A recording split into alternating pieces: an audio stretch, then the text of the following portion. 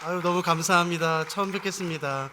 저는 이지웅 목사입니다. 오늘과 내일 이틀 동안 같이 말씀을 나눌 텐데 어떤 말씀 나누면 좋을까 생각하다가 저는 그냥 학교에서 성경 가르치는 사람이거든요. 그래서 어떤 한 권을 살펴보면 좋겠다 싶어서 오늘과 내일 전도서 말씀을 같이 살펴보려고 합니다. 오늘 1장 그리고 내일은 12장 제일 마지막 시작과 제일 마지막을 살펴보려고 합니다. 창세기부터 요한계시록까지 66권을 살펴보면은 어떤 성경은 그냥 전형적인 성경이 있어요. 이건 성경이야. 그렇게 우리가 할 수 있는 로마서, 에베소서, 마태복음, 요한복음, 그건 누가 봐도 성경이죠. 의심의 여지가 전혀 없습니다. 그러나 어떤 책은 이게 어떻게 성경에 들어올 수 있지? 라는 의심을 갖게 되는 게 정직히 있어요. 몇 권이 있는데 하나님 이름이 안 나오는 성경도 있거든요. 근데 그 중에 가장 대표적인 것은 전도서예요. 이게 어떻게 성경에 들어올 수 있을까라는 의심이 들지요. 저희가 지금 1장 1절부터 2절의 말씀을 읽었지 않습니까? 다윗의 아들 예루살렘 왕 전도자의 말씀이라. 전도자가 이르되 헛되고 헛되며 헛되고 헛되니 모든 것이 헛되도다. 전도서 1장 2절 요 한 절 안에 무려 헛되다는 말이 5번 반복됩니다. 1장부터 12장 전도서 전체를 살펴보면은 이게 히브리어 성경과 한글 성경이 약간 다르겠지만 헛되다라고 번역된 히브리어가 헤벨이라는 단어거든요. 이게 한글 성경에는 헛되다, 공허하다 여러 가지로 번역됐기 때문에 약간 다르겠지만 아무튼 히브리어 성경을 기준으로 봤을 때 이 단어가 무려 38번이나 나와요. 이 짧은 성경에. 그러므로 전도서를 읽었을 때 마지막에 남는 건 뭐냐면은 이게 뭐야? 이거 뭐야? 인생 헛되다는 거야? 인생 살아서 뭐하나? 그런 좀 찝찝함이 들어요. 이게 시원한 마음이 들지 않아요. 그래, 내가 한번 열심히 믿음 가지고 살아봐야지. 그런 게 아니라 전도서를 다 읽고 났을 때 그냥 정직히 드는 기분은 이건 뭐야? 이거 이래? 이게 무슨 성경이야? 라는 기분이 정직히 들어요. 그러니까 전혀 성경에 어울리지 않는 것 같은 성경 중에 하나가 바로 전도서입니다. 그러나 그렇지 않아요. 이 전도서 안에 담겨있는 그 깊은 하나님의 진리가 얼마나 놀라운지 모릅니다. 1장 1절에서 말하죠. 다윗의 아들 예루살렘 왕. 전통적으로 이 전도서는 솔로몬이 기록한 것으로 우리가 다 믿고 있습니다. 솔로몬은 우리가 알고 있는 것처럼 이 세상에 전무후무한 모든 지혜와 지식을 한꺼번에 다 가졌던 사람이에요. 모든 존귀와 명예와 부를 다 가졌던 사람, 사람들이 부러워할 만한 어느 누구도 하나님께서 주지 않으셨던 부와 지식과 존귀와 명예를 다 가졌던 사람이 바로 솔로몬이에요. 이 솔로몬의 다른 성경에 의하면 동물들을 논했고 식물들을 논했고 과목들과 모든 것들을 다 논하는 책을 썼다고 말해요. 그 잠언과 시편을 담을 수 없을 정도래. 그 깊은 지혜와 지식으로 이 세상의 모든 만물들과 그 모든 원리들을 다 논했다고 말합니다. 그 솔로몬이 다 살은 다음에 내린 결론이 이것이에요. 인생 참 어때? 그러니까 단지 들은 것뿐만 아니라 오늘 본문을 보면은 이 솔로몬이 자기가 직접 들은 것, 직접 본 것뿐만 아니라 자기가 직접 경험한 것 중에 내가 살아봤더니 인생 참 허무해. 이거 왜 사는지 모르겠어. 라는 예들을 가지고 말하는 것이 바로 이 전도서 말씀이에요. 우리도 살다 보면 그런 생각 들 때가 있어요. 하나님 정말 살아계신가?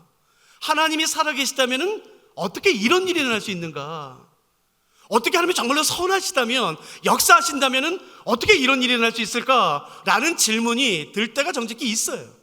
솔로몬이 말하죠. 내가 봤더니, 내가 들었더니, 아니 내가 직접 경험했는데 이런 거 경험하면은 참 인생 헛되라고 전도서에서 말하는 것입니다.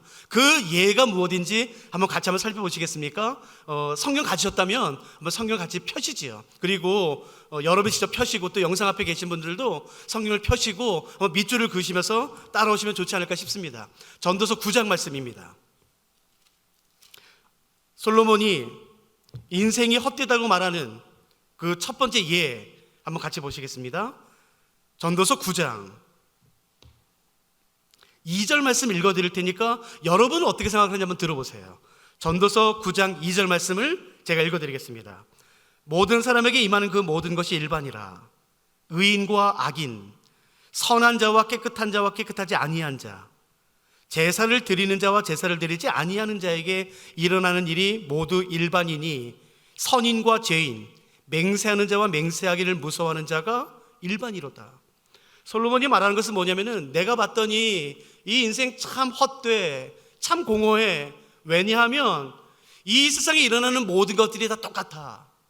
예배를 드리는 사람이나 예배를 드리지 않는 사람이나, 선한 사람이나 악한 사람이나, 깨끗한 사람이나 더러운 사람이나, 맹세하는 사람이나 맹세하기를 거부하는 사람이나, 이 세상에서 일어나는 것이 모두 다 똑같아 라고 말하는 것이에요. 근데 정말로 보면은 그래요. 여러분, 이 황금 같은 시간에 이 새벽에 영상을 켜서 주의 말씀 앞에 나와 있는 성도님들이나, 여러분 이 시간에 동일하게 죄악된 곳에서 악한 짓을 하는 사람이나 임하는 것이 똑같아요. 선하게 사는 사람이나 의롭게 살려고 하는 사람이나 깨끗하게 살려고 하는 걸 몸부림치는 그런 사람이나 아주 악함으로 똘똘 뭉쳐서 이게 정말 사람인가 싶을 정도의 그 악한 사람에게 임하는 것이 똑같아요. 교회 다니는 사람, 하나님 열심히 믿는 사람, 예배 드리는 사람은 암이 안 걸렸으면 전 좋겠어요. 교통사고 안 났으면 좋겠어요. 우울증 안 걸렸으면 좋겠어요. 전 정말 그래요. 아니요. 여러분 교회 다녀도 암 걸려요. 우울증 걸려요. 그렇게 몸부림치며 그렇게 부르짖어도, 그렇게 말씀 앞에 가까이 가고 기도해도 억울한 일을 당해요. 사업을 망해요. 그런 거 볼 때 뭐야 이게, 하나님이 어떻게 살아계신데 이럴 수 있어? 라는 의문이 나와요. 저는 외국에 한 8년 반 있다가 한국에 들어왔거든요. 외국에 때 같이 사역했던 독일 자매가 있어요. 얼마 전에 좀 된 이야기인데 연락이 왔어요. 아이를 임신했다. 얼마나 기쁘던지. 여러분, 그렇게 선한 사람, 세상에 이렇게까지 사람이 선할 수 있을까? 기가 막힌 그 친절함과 온유함과 선함, 성경에서 모든 걸 저는 직접 눈으로 봤었어요. 얼마나 기쁘던지요. 제 아내랑 얼마나 축하해 줬는지 몰라요. 근데 9개월 뒤 다시 연락이 왔어요. 지금 기도 좀 해줘. 그리고 사진 한 장이 왔어요. 아이가 낳는데 머리뼈가 다 형성되지 않은 채로 낳았어요. 뇌가 나온 채로요. 그래서 의사 선생님은 낙태시키라는 거예요. 이거 위험합니다. 산모도 위험하고 아기는 당일에 태어나서 머리가 다 형성되지 않았기 때문에 아기 낳으면 죽습니다. 근데 자기가 그렇게 할 수 없다고 아기를 낳았어요. 그리고 얼마 있다 아이는 갔죠.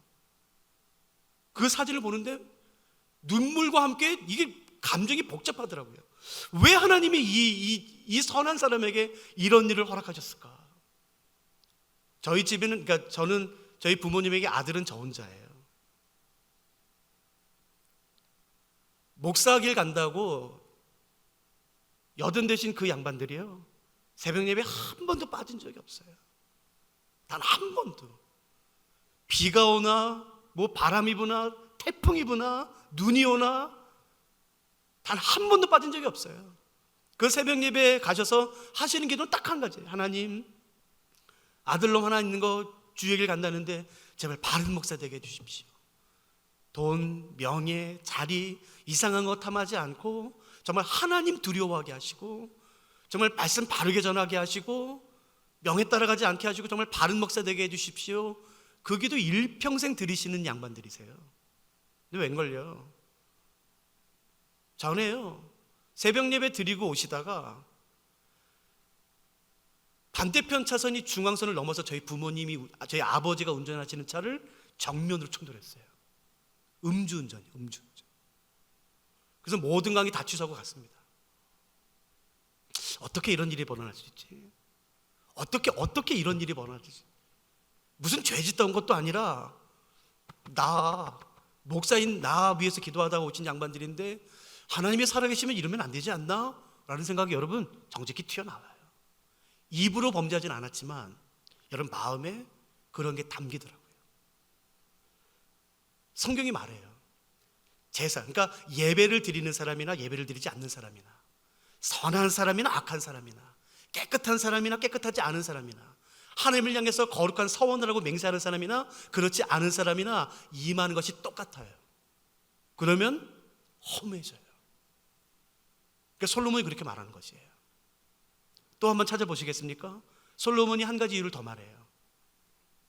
6장 한번 보시죠. 이것은 사람의 마음을 참 무겁게 해요. 이 일을 들으면, 경험하면 마음이 무거워져요. 찹찹해져요. 여러분, 제가 6장 1절부터 읽어드릴 테니까 한번 보세요. 6장 1절. 내가 해 아래에서 한 가지 불행한 일이 있는 것을 보았나니 이는 사람의 마음을 무겁게 하는 것이라. 맞아요.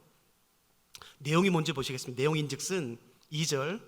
어떤 사람은 그의 영혼이 바라는 모든 소원에 부족함이 없어 재물과 부요와 존귀를 하나님께 받았으나, 그러니까 여러분, 하나님께 기가 막힌 재물과 부요를 받아요. 근데 이게 왜? 그 다음이 기가 막혀요. 하나님께 받았으나 하나님께서 그가 그것을 누리도록 허락하지는 않으세요. 받기는 받지만 누리지는 못해요. 다른 사람이 누려요. 어떤 사람은 1년 내내 포도 농사 집니다. 과일 농사 져요. 새벽잠 못 자고 여러분 열심히 농사 졌어요. 근데 자기는 하나도 못 먹어요. 그 과일을 누리는 사람은 다른 사람이에요. 그런 거 볼 때 1세대 CEO들 보면 그렇죠. 새벽잠 못 자고 밤잠 못 자고 그 험한 말 들어가고 여러분 자존심이 완전히 깎이는 그런 대우 받아가면서 회사를 읽어내요. 기가 막힌 부, 존귀, 명예를 받습니다. 근데 누리는 사람은 다른 사람인 거지. 그 다음에 더 기가 막혀요. 3절. 사람이 비록 100명의 자녀를 낳고, 여기서 말하는 100명을 문자로 보시면 안 됩니다. 구약 성경에서는 전통적으로 하나님이 준 축복 가운데 가장 대표적인 것이 자녀예요. 많은 자녀, 그리고 장수입니다. 그러므로 여기서 말하는 100명은 하나님이 많은 자녀의 축복을 주셨다는 의미죠. 사람이 비록 100명의 자녀를 낳고 또 장수하여 사는 날이 많을지라도, 그러니까 이것은 구약 성경에 의하면 대표적인 하나님의 축복을 의미합니다. 근데 왜 이게 허무해? 그 다음 보세요.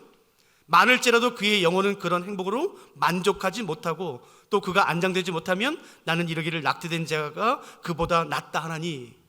여러분, 하나님이 주신 축복이 오히려 심판이 돼요. 많은 자녀를 줬어요. 여러분, 그 자녀가 태어날 때 얼마나 기뻤겠습니까? 여러분, 내 수중에 돈이 들어올 때, 존귀와 명예가 들어올 때 얼마나 기쁘겠어요. 그러나 그 하나님의 축복으로 주신 자녀 때문에 힘들어요. 하나님이 축복으로 주신 그 재물 때문에 힘들어요. 그 돈 때문에 그 자녀들이 부모분 앞에서 싸웁니다. 고소해요. 제가 2주 전에 경험했어요. 한 분이 오시더니 상담하시더라고요. 목사님, 나 한 번만 얘기 좀 해줘요. 이름 되면 알만한 분이세요. 이름 되면 알만한. 그 부와 존귀가 상상할 수 없을 정도로 많은 분. 근데 자녀도 많으세요. 구체적으로 이름 말씀드리지 않을게요. 이름 되면 알만한 분이세요. 근데 얼마 전에 소송 붙었어요. 하나님이 차라리 나에게 이 재물을 주지 말지. 여러분, 부모 앞에서 자식이 서로 여러분 죽이기 위해 고소하는 모습을 보는 것은요, 차라리 죽는 게 나아요. 그거 못 봅니다. 그 돈이 뭐라고, 그 건물이 하나가 뭐라고, 그 회사가 뭐라고. 여러분, 그것 때문에 그 자녀가 피 터지게 싸워요. 그렇게 어렸을 때 같이 자전거 타며 뛰어놀던 그 모습, 그 목사님, 나 그때로만 돌아갈 수 있으면, 목사님, 나 그때로만 돌아갈 수 있으면. 참 희한하죠. 축복으로 주어졌는데 그 축복이 화가 돼요. 그러니까 이런 거 보면 이거 뭘까, 인생이 뭐 이렇지? 라는 생각을 하게 되죠. 하나만 더 빨리 보실까요? 솔로몬이 해 아래에서 직접 경험한 것들, 본 것들, 직접 들은 것이 있는데 이런 것들을 보면, 경험하면 인생이 허무하게 느껴진다는 것이에요. 그 중에 하나가 또 있어요. 9장이 다시 언급됩니다. 9장 다시 한번 가시죠. 9장 11절. 9장 11절 말씀 한번 보실까요? 어떤 내용인지 제가 읽어드리겠습니다. 내가 다시 해 아래에서 보니 빠른 경주자들 일하고 선착하는 것이 아니며 용사들이라고 전쟁에 승리하는 것이 아니며 제자들이라고 음식물을 얻는 것도 아니며 명철자들이라고 재물을 얻는 것도 아니며 지식인들이라고 은총을 입는 것이 아니니 이는 시기와 기회는 그들 모두에게 임함이라. 여러분, 세상에서 제일 빠른 사람이 올림픽에서 금메달 따는 거 아닙니까? 아닙니다. 여러분, 공부 제일 잘하는 사람이 서울대학교 가는 거 아닙니까? 아닙니다. 여러분, 가장 잘 싸우는 용사가 전쟁에서 이기는 것 아닙니까? 아니에요. 제가 정말 사랑하는 한 학생이 있거든요. 너무너무 귀한 한 형제. 중학교 고등학교 내내 전교 1등을 놓친 적이 없어요. 서울에서요. 단 한 번도 놓친 적이 없습니다. 이 아이의 등수는 도 단위가 아니라 전국 단위로 매겨져요. 전국에서 몇 등. 그래서 학교에서 말했어요. 제가 말이 아니라 학교에서 모든 선생님과 교장 선생님이 얘는 서울의대 그냥 아무 의심 없이요. 아무 의심 없이. 근데 웬걸요? 부모님이 기다린 것은 수능 날만이에요. 수능 날만 지나면 이제 드디어 내 아들 서울의대 간다. 아무 의심 없이요. 수능 당일날 아이를 보냈어요. 근데 웬걸요? 한 10시 반, 11시쯤에 갑자기 초인지 눌려져서 띵동. 나가봤더니 그 아이가 서 있는 거예요. 너 지금 여기 뭐야? 너 지금 왜 시험장에 안 있고 여기 있어? 애가 시험 보다가 애가 배가 너무 아파서 쓰러졌어요. 배가 아파서요. 무슨 이런 일이 다 있어요? 그래서 부모님 말했어요. 괜찮아. 부모님 아빠 엄마 살아봤더니 1년 정도 괜찮더라. 걱정하지 마. 다시 준비해서 하지 뭐 까짓 거. 그래서 1년 다시 준비했어요. 재수하는 기간에도 전국 등수를 놓친 적이 없습니다. 놓치지 않았어요. 그 다음에 어떻게 되는지 아시겠습니까? 또 배 때문에 쓰러졌어요. 작년 12월에 또 쓰러졌습니다. 3번째. 어떻게 이럴 수 있지? 여러분 어떻게? 아니 왜? 여러분 신앙 굉장히 좋아요. 그 부모님 신앙이 기가 막힙니다. 애도 그렇고. 어떻게 하나님이 살아계시면 이럴 수 있지? 왜 하나님이 이걸 허락하시지? 그러니까 이런 이해할 수 없는 일들이 많아요. 얼마 전에는 한 지방에 사교회를 갔는데요. 저는 절대 사교회 가면 개인기도 안 하거든요. 절대 개인기도 안 해요. 그 교회 담임 목사님, 부목사님들이 개인기도 이렇게 부탁하고 저는 개인기도 안 해줘요. 그걸 아심에도 불구하고 그 담임 목사님이 한 나이가 좀 지긋하게 있으신 한 남자 성도님을 데려오셨어요. 목사님 한 번만 상담해 주시고 기도해 주세요.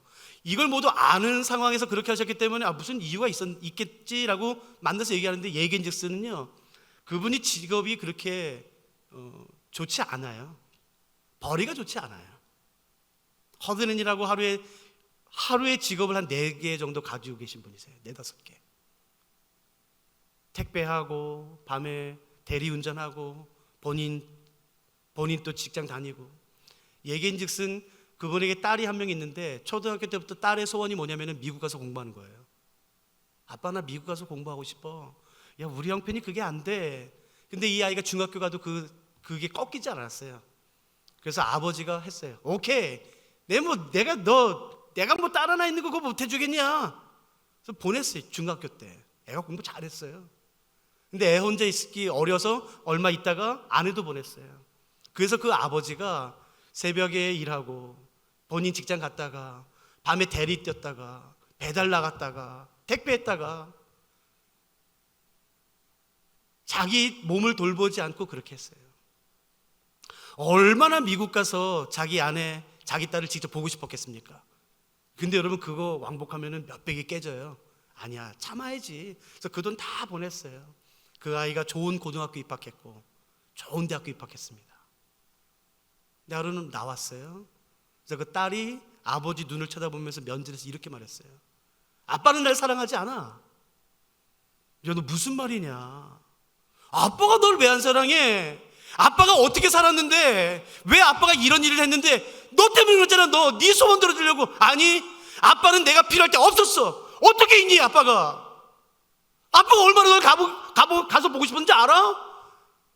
그거 돈 아껴서 널 그렇게 보냈는데 너 그렇게 말하면 안 돼. 아니, 아빠는 날 사랑하지 않아. 여러분 절교해버렸어요. 절교.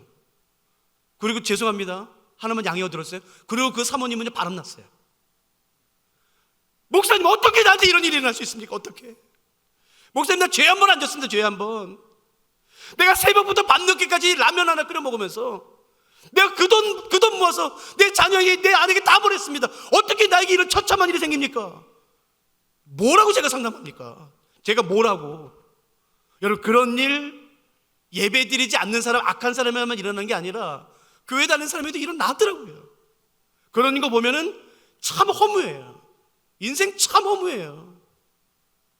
하나만 마지막으로 보고 더 깊이 들어가 볼까요? 1장입니다. 1장. 이건 좀 더 좀 근본적인 이야기를 말하는 것 같아요. 1장 7절 말씀을 보세요. 마치 철학적인 선언 같기도 하고 사색적인 말 같기도 하죠. 1장 7절. 모든 강물은 다 바다로 흐르되 바다를 채우지 못하며 강물은 어느 곳으로 흐르든지 그리로 연하여 흐르느니라. 모든 강물은 다 바다로 흐르는데, 맞아요. 태초부터 지금까지 2020년 8월 오늘까지 이 세상에 존재하는 모든 강물은 다 바다로 흘러들어갔습니다. 단 한 번의 예외도 없이 이 세상에 존재하는 모든 강들은 다 바다로 흘러들어갔어요. 그러나 단 한 번도 이런 뉴스가 들린 적이 없어요. 여러분 기뻐하십시오. 마침내 바다가 채워졌습니다 라고 말한 적이 없어요. 기가 막히지 않습니까? 그 많은 강들이 다 바다로 들어갔는데 바다는 채워진 적이 없어요. 마치 우리의 욕심처럼요. 성경이 말합니다. 눈은 보는 것을 위해서 있지만 눈은 본다고 만족되지 않으며 귀는 들음을 위해 존재하지만 듣는 것으로 귀는 만족하지 않아요. 여러분, 음식은 배고픔을 위해서 존재하지만 음식을 먹는다고 배고픔이 완전히 해결되지 않아요. 알지요. 우리가 여러분 뷔페 가서 그렇게 많이 먹어도 5시간, 6시간 지나면 여러분 허전해요. 우리가 어디를 간다고 그 공허함이 해결되지 않아요. 어디를 가지 않는다고 공허함을 피할 수 없어요. 왜냐하면 성경에서 말하는 것은 뭐냐면은 그 공허함, 허전함은 인간 밖에 있는 것이 아니라 인간 안에 있는, 그 존재 안에 있는 것이기 때문에 인간은 절대로 그 공허함을 피할 수 없다고 말하는 것이에요. 여러분 기억하세요. 공허함과 허전함은 인간 밖에 있지 않아요. 인간 안에 있어요. 만일에 공허함이 여기 있다면 나 여기 안 가면 되죠. 거길 피하면 되죠. 아니요. 내가 어디를 가든지 간에 어디를 가지 않든지 간에 공허함과 허전함을 피할 수 없는 이유는 뭐냐면은 그 공허함과 허전함이 인간 안에 있기 때문에 그런 것이에요. 도대체 왜 이런 일이 생겼을까요? 왜 이런 공허함과 허전함이 문득문득 잘 지내다가도, 잘 예배 드리다가도, 그 교회에서 그 기쁨을 누리다가도 문득문득 왜 갑자기 쑥 들어오는 것일까요? 왜? 성경은 그 이유를 명확히 말합니다. 애매하게 말하지 않아요. 인간 안에 있는 이 공허함의 이유와 근원을 명확히 말합니다. 한번 살펴보시겠어요? 여러분 이 말씀은 기억하세요. 펜을 가지고 계시다면 이 손에 펜을 드시고 이 말씀 밑줄을 그어 놓으세요. 예레미야 2장 말씀입니다. 같이 보시죠. 구약 성경 예레미야 2장 말씀입니다.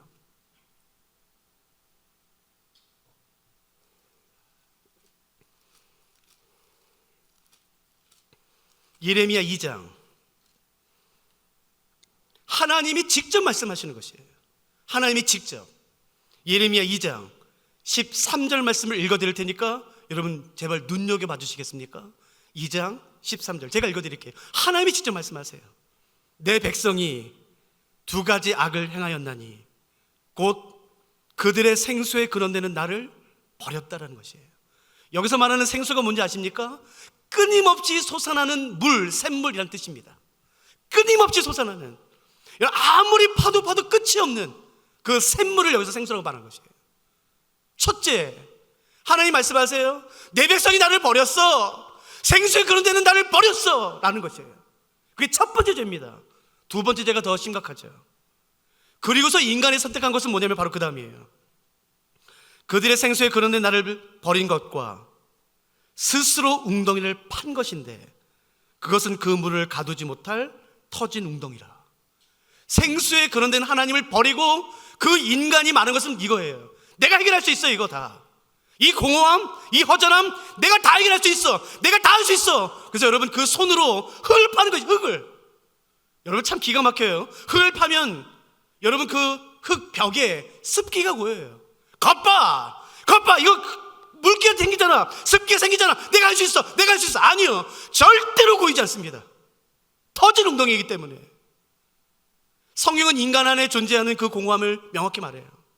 죄가 들어와서 그 죄로 말미암아 모든 사람은 자신의 창조자와 관계가 단절되게 되는 것이에요. 그 죄로 말미암아 자신의 창조자이신 하나님과 관계가 단절된 이후부터 여러분 모든 사람들은 이유를 알 수 없는 공허함과 허전함에 시달리게 되는 것이에요. 그 모든 근본적인 원인은 자신의 창조자이신 하나님과의 단절이에요. 그 생수의 근원 대신 하나님과의 단절로 말미암아 여러분 그 안에 목마름이 생기는 것이에요. 공허함이 생기는 것이에요. 허전함이 생기는 것이에요. 그래서 말하죠. 이건 내가 해결할 수 있어. 이까짓 건 내가 스스로 해결할 수 있어.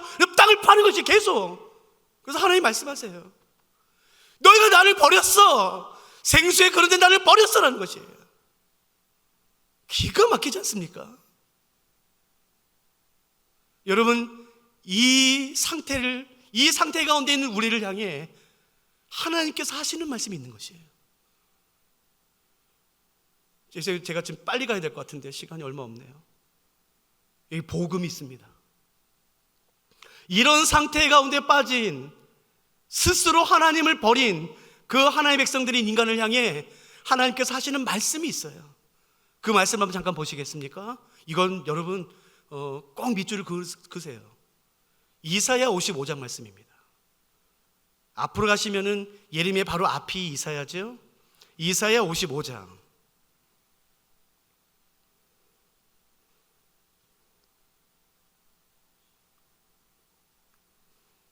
제가 1절 말씀부터 읽어드릴 테니까 한번 보세요. 기억하세요. 하나님이 하시는 말씀입니다. 오라 너희 모든 목마른 자들아 물로 나오라. 돈 없는 자도 오라. 너희는 와서 사 먹되 돈 없이 값 없이 와서 포도주와 젖을 사라. 너희가 어찌하여 양식 아닌 것을 위하여 은을 달아주며 배부르게 하지 못할 것을 위하여 수고하느냐. 내게 듣고 들을지어다. 그리하면 너희가 좋은 것을 먹을 것이며 너희 자신들이 기름진 것으로 즐거움을 얻으리라.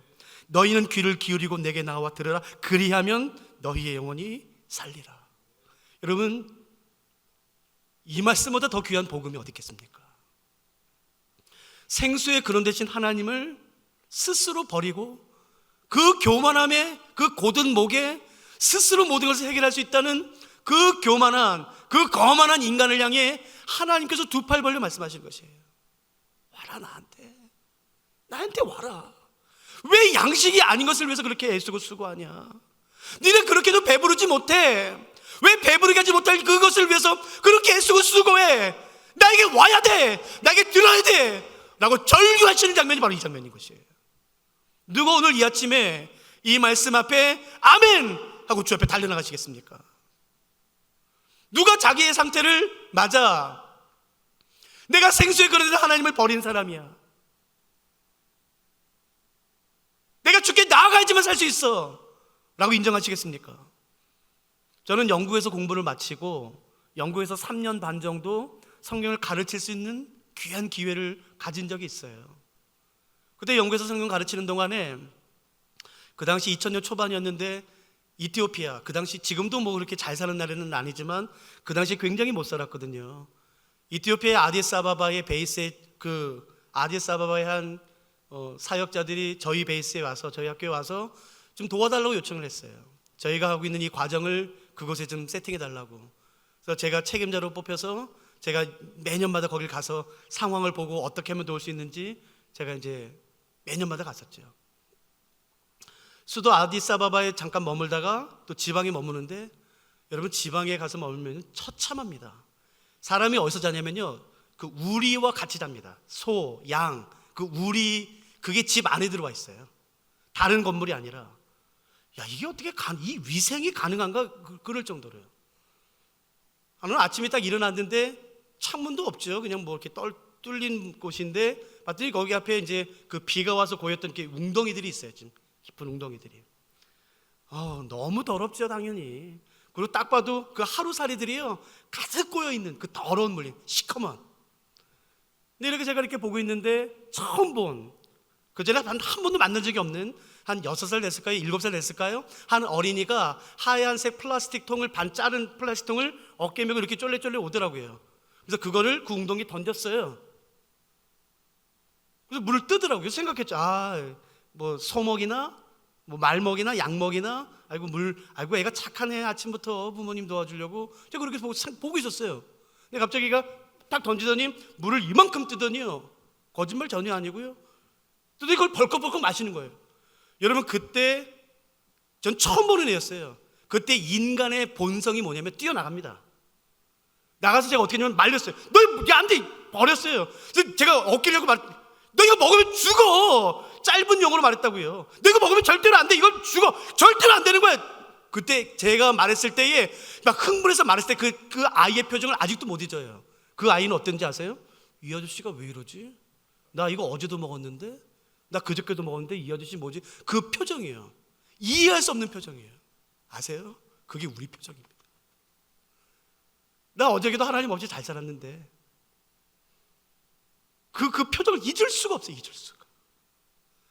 여러분, 그 생수에 근원된 하나님을 버리고 그 교만한 인간이 스스로 모든 것을 해결할 수 있다고, 코로나 하나에 해결할 수 없는 그 인간이, 내일 무슨 일이 벌어질지 아무도 모르는 그 인간, 그 교만한 인간이 하나님을 버리고 스스로 할 수 있다고 말하는 그 사람을 향해 하나님 하신 말씀 뭐냐면 이거예요. 내게 나와라. 내게 나와라. 내 음식을 먹어라. 내게 들어야 된다라고 말씀하신 것이에요. 하나님의 테이블 위에 그 수많은 음식을 차려 놓으시고 우리를 초청하시는 것이에요. 누가 오늘 이 말씀 앞에 반응하시겠습니까? 하나만 더 읽어보시겠습니까? 이사야서 펴 계시지요? 조금만 넘기시면 58장이 나와요. 이사야서 58장 한번 보시죠.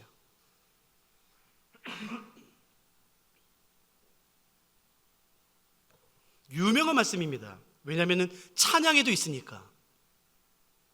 58장 11절 제가 읽어드릴 테니까 보세요. 58장 11절 여호와가 너를 항상 인도하여 메마른 곳에서도 내 영혼을 만족하게 하며 내 뼈를 견고하게 하리니 너는 물된 동산 같겠고 물이 끊어지지 아니하는 샘 같을 것이라.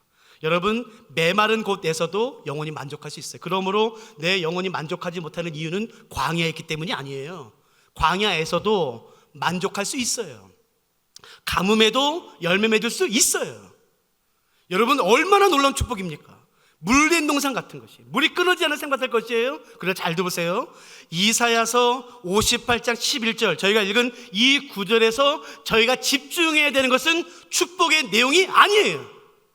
이 구절에서 가장 중요한 것은 한 단어입니다. 한 단어. 그건 바로 주어예요. 주어. 주어가 뭔가요? 여호와가예요. 여호와가. 그래 참 재밌어요. 우리의 관심은 여호와가 아니에요. 축복이에요. 축복. 그러면 안 됩니다. 그 모든 축복의 근원은 하나님이세요. 하나님만이 우리를 만족시키는 것이에요. 하나님만이 우리를 살리시는 것이고, 하나님만이 나를 목마르면서 해결하시고 배고픔에서 해결해 주시는 분이세요. 그 하나님이 우리에게 말씀하시는 것이에요. 내게 와라.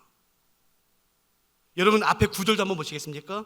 9절 내가 부를 때에는 나 여호와 응답하겠고 내가 부르짖을 때에는 내가 여기 있다리라. 여러분, 오늘 주의 이름을 부르며 주 앞에 나가는 사람들에게 이 은혜가 있을 것이에요. 하나님, 당신만이 내 소망이십니다. 하나님만이 내가 가진 모든 문제를 해결하실 수 있는 분이십니다. 인간의 교만함이 아니라, 아니 내가 해결할 수 없습니다. 하나님만이 내 소망이시고 생명이십니다. 그렇게 인정하며 주의 보좌 앞에 나아갈 때에 여러분, 그 사람에게 오늘 하나님의 은혜가 임할 것이에요. 저는 성경에서 정말 부러워하는 한 사람이 있어요. 정말 부러운. 봤더니 성경은 그 사람을, 특별히 예수님은 그 사람을 복되다라고 말씀하시더라고요. 참 이 사람 복돼 라고 말씀하시는 한 사람, 마태복음 5장 3절에 나오더라고요. 마태복음 5장에 기억나세요? 이 사람 참 복되라고 8명을 언급하세요. 우리는 그것을 팔복이라 말하죠. 그 중에 첫 번째 복되다는 사람 누군가요?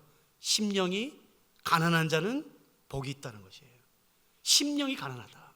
저도 옛날에 잠깐 성경 번역에 잠깐 참석했었는데 그때 번역이 좀 약간 아쉬워요. 한글 성경은요, 번역이 기가 막히게 잘 된 성경입니다. 그러나 약간 아쉬운 건 뭐냐면요, 지금 과격한 표현을 쓰진 않아요. 아무리 성경이다 보니까 좀 온순한 표현.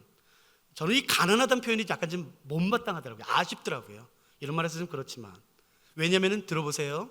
가난하다로 번역된 헬라어는 우리가 아는 것처럼 푸토코스라는 단어예요. 푸토코스. 이 푸토코스라는 단어가 가난하다라고 번역이 됐는데 저는 좀 아쉬워요. 왜냐하면 이 푸토코스라는 헬라어는 이 성경 이외에 성경에 기록됐을 당시에 많은 헬라어 작품들이 발견됐거든요. 시, 소설, 수필, 편지, 자서전, 굉장히 많은 글들이 발견됐는데 거기에 동일하게 푸토코스라는 단어가 나와요. 그런데 거기에는 가난하다, 물론 그런 뜻도 있지만 거의 그렇게 번역되지 않습니다. 이 푸토코스, 성경에서는 가난하다로 번역된 이 푸토코스의 원래 뜻은 두 가지예요. 첫째, 어느 상황에서 쓰는가? 그 헬라어 작품을 봤더니 가장 많이, 이 푸토코스라는 단어를 쓸 때에 가장 많이 쓰는 상황은 첫 번째, 거지가 2주, 3주 굶었을 때 그 음식을 구걸할 때 모습이 푸토코스예요. 혹시 굶어 보셨어요? 저는 지금 제가 속해 있는 단체도 자비랑이고 제가 이전에 있었던 선교단체도 자비랑이에요. 즉 월급을 받아본 적이 없습니다. 지금도 그렇고 제가 대표지만 저희는 강의도 월급, 강사비를 주지 않거든요. 이 길 간다고 굶어봤죠. 저는 아들만 3명이거든요. 아들을 굶겨본 아빠입니다. 제가 제 사랑하는 아내를 굶겨본 남편이에요. 굶어보셨죠? 이게 금식이랑 다릅니다. 내가 의지를 일으켜서 금식할 때랑 다릅니다. 먹고 싶은데 음식이 없어서 못 먹을 때 하루 이틀 참습니다. 목사가 못 참습니까? 그런 거까지 거. 여러분 3, 4일 지나면요 자기는 참는데 가족들이 굶는 거 보면요 미칩니다. 여러분 일주일 정도 되면요 정신이 없습니다. 자존심 그런 거 없습니다. 2주, 3주 굶은 거지가 그 음식을 구하기 위해 여러분 구걸하는 것, 그 절박함이 푸토코스예요. 그러니까 가난하다, 그거 좀 약간 아쉬운 것 같아요. 그 절박함이에요. 심령이 절박한 것이에요. 하나님으로 말미암아. 하나님, 내가 하나님으로 채워져야 됩니다. 주님, 내가 하나님이 아니면 안 됩니다라고 그 숨을 내쉴 때마다 그 하나님에 대한 절박함이 있는 사람, 하나님을 더 소유하기 몸부림치는 사람, 예수님이 그렇게 말씀하세요. 이 사람 참 복된 사람이야. 두 번째로 이 푸토코스가 사용되는 것은 첫째는 거지의 절박함과 두 번째는 자녀를 잃어버린 부모의 심정이에요. 그때 이 푸토코스를 써요. 그러니까 찾을 때. 저는 저희 부모님을 잃어버린 적이 없어요. 제 기억에는. 근데 저희 부모님한테는 있더라고요. 요즘에는 뭐 에버랜드 가지만 옛날에는 우리 어린이 뭐 대공원 그런 데 가셨잖아요. 저는 부모님을 잃어버린 적이 없는데 저희 어머니는 있더라고요. 한 2시간 정도, 2-3시간 정도 저를 잃어버리셨어요. 저희 어머니는 어떤 분이냐면요 굉장히 곱고 단아하시고 단정하신 분이세요. 온 매무새가 단 한 번도 틀어지지 않으세요. 저희 아버지는 제 기억에 출퇴근이 시간이 정해져 계셨던 분이세요. 저희 어머니는 아버지가 퇴근하는 시간이 되시면, 그때 무슨 전화가 있었나요? 뭐 핸드폰 그런 게 없습니다.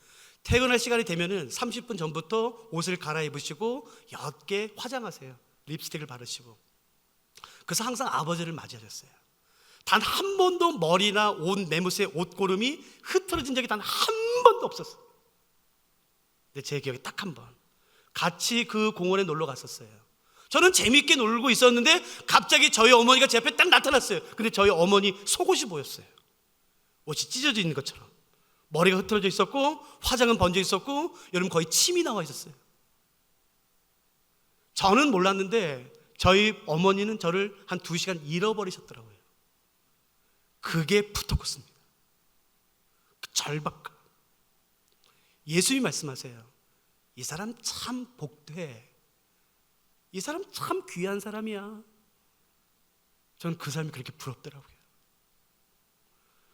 여러분 오늘 새벽에 나온 지금 영상 앞에 계신 분들 가운데 하나님께 기도하지 않은 사람이 어디 있습니까? 우리 다 기도하지. 근데 그 정도로 기도하고 싶지 않아요. 그 정도로 만족하고 싶지 않아요. 절박함 가운데 기도하고 싶은 거지. 그 절박함 가운데 하나님, 내 모든 영혼이 주님으로 채워지게 해주십시오. 내 모든 오늘 하루의 삶이 그 하나님의 은혜로 채워지게 해주십시오. 그 절박함 가운데, 그 정도, 그럭저럭이 아니라 절박함 가운데 하나님을 간구하는 것이에요. 제가 시간을 많이 써서 죄송합니다. 우리 같이 찬양하고 기도하지 않으시겠습니까?